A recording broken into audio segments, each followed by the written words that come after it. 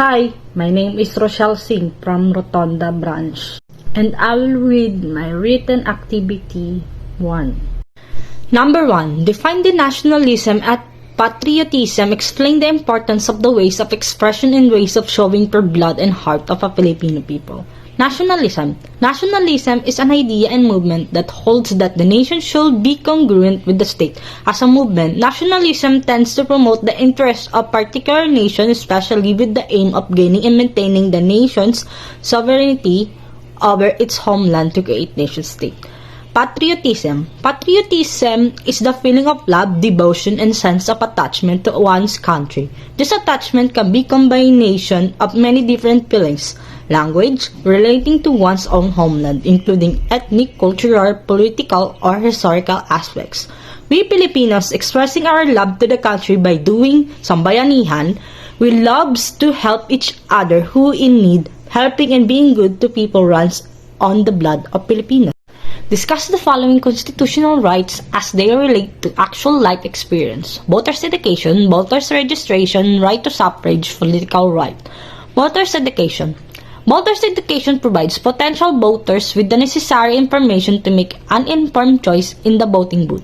Voters' education should also include information on when, where, and how to register to vote, as well as when, where, and how to vote. Voters' registration. In electoral system, voters' registration in the requirements that a person otherwise eligible to vote must register on an electoral roll, which is usually a prerequisite for being entitled or permitted to vote. The rules governing registration vary between jurisdictions. Right to suffrage.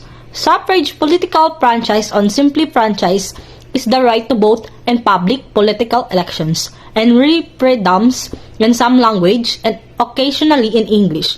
The right to vote is called active suffrage, as distinct from passive suffrage, which is the right to stand for election. Political right. Political rights are a class of rights that protect individuals' freedom from impingement by government, social organizations, and private individuals. Discuss the powers and function of the national and local officials. National officials. President. The power and the main function of the President is responsible for implementing and enforcing the laws written by Congress, and to that end appoints the heads of the federal agencies, including the cabinet. The Vice President is also part of the executive branch, ready to assume the presidency should the need arise. Vice President. The power of Vice President is an addition to serving as presiding officer. The Vice President has the sole power to break a tie, both in the Senate, and formally presides over the receiving and accounting of electoral ballots cast in presidential elections. And the main function of the Vice President, aside from the cabinet post, the Vice President is mandated to assume the presidency in case of the death, disability, or resignation of the incumbent president. 12 senators. The power of the Senate has the sole power to confirm those of the President's appointments, the requirements, content, and to provide advice and consent to ratify treaties. There are, however, two exceptions to this rule. The House must also approve appointments to the Vice Presidency and any treaty that involves foreign trade. And the function of the Senate fulfills its role as check on government by scrutinizing bills and delegated legislation, government, and administration. 12 senators. The power of the Senate has the sole power to confirm those of the President's appointments that requires consent, and to provide advice and consent to ratify treaties. There are, however, two exemptions to this rule. The House must also approve appointments to the Vice Presidency and any treaty that involves foreign trade. And the function of the Senate fulfills its role as check on the government by scrutinizing bills, delegated legislation, government administration, and government policy. In general, it does this by way of procedures utilize the Senate chamber itself and through the operation of the Senate committee system. Local officials. Mayor. The power of the mayor is the chief executive officer, centralizing executive power. The mayor directs the administration structure, appointing and removing of department heads, while the council has legislative power. The mayor has veto power.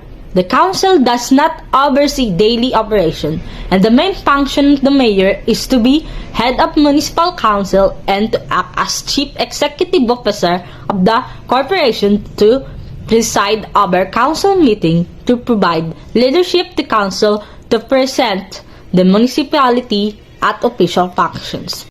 Vice mayor. The power of vice mayor shall exercise an executive and administrative power, and the legislative department, being the regular presiding officer of the Sangguniang Bayan, and the main function of the vice mayor shall perform the duties of the mayor in the event of the sickness, absence, or other temporary incapacity of the mayor, or in the event of the definitive vacancy and position of mayor.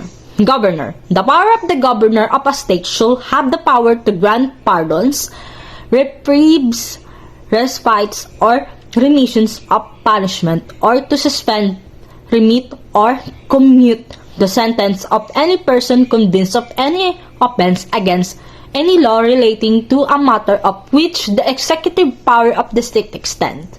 And the function of the governor's primary responsibilities are to serve as the state chief executive officer and oversees the function of the executive branch government. Barangay officials. The barangay officials' power and function are: they perform many official government duties and execute minor judicial powers as part of the barangay justice system, such as settling disputes between neighbors, viewed as village elders. They also work informally with number of organizations. Captain are elected for 3-year term. Discuss the following Filipino value system. Filipino value philosophy. Filipino values nature, constellation, and context. Filipino values ambivalence and split level. Filipino values Christianity. Philippines values strengths to Filipino characters. Filipino value philosophy.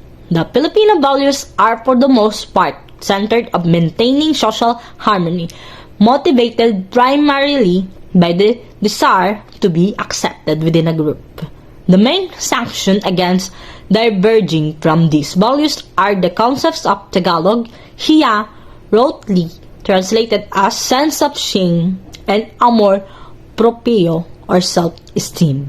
Filipino values nature, constellation, and context. Filipino values are social constructs within Filipino culture which define that which is socially considered to be desirable. The Filipino value system describes the commonly shared and traditionally established system of values underlying Filipino behavior within the context of larger Filipino cultural system. This relate unique assemblage of consistent and ideologies, moral codes, and ethnical practices, etiquette, personal and cultural values are promoted by Filipino society. Filipino values ambivalence and split level. Filipino values tends to be ambivalent in sense that they have potential to work for good or evil. Ambivalence runs counter to coherence in the culture. Filipino values in Christianity. The denomination of Christianity that became most embedded in Filipino culture is Catholicism, which can introduced in the Philippines during the early colonial period by the Spanish Catholic. Ideas continue to inform beliefs throughout Filipino society, such as sanctity of life and respect for hierarchy. Philippine values strengths to Filipino character. Filipinos have a cheerful and fun-loving approach to life and its ups and downs. We have a pleasant disposition, a sense of humor, and propensity for happiness that contribute not only to the Filipino charm but also for the indomitability of Filipino spirit. Write your insights about Lesson 2 of the Filipino Way, Blood, and Heart of the day. What are my insights about lesson 2? My insights, blood and heart of today, I've learned in this lesson about the difference between nationalism and patriotism and does the Constitution work.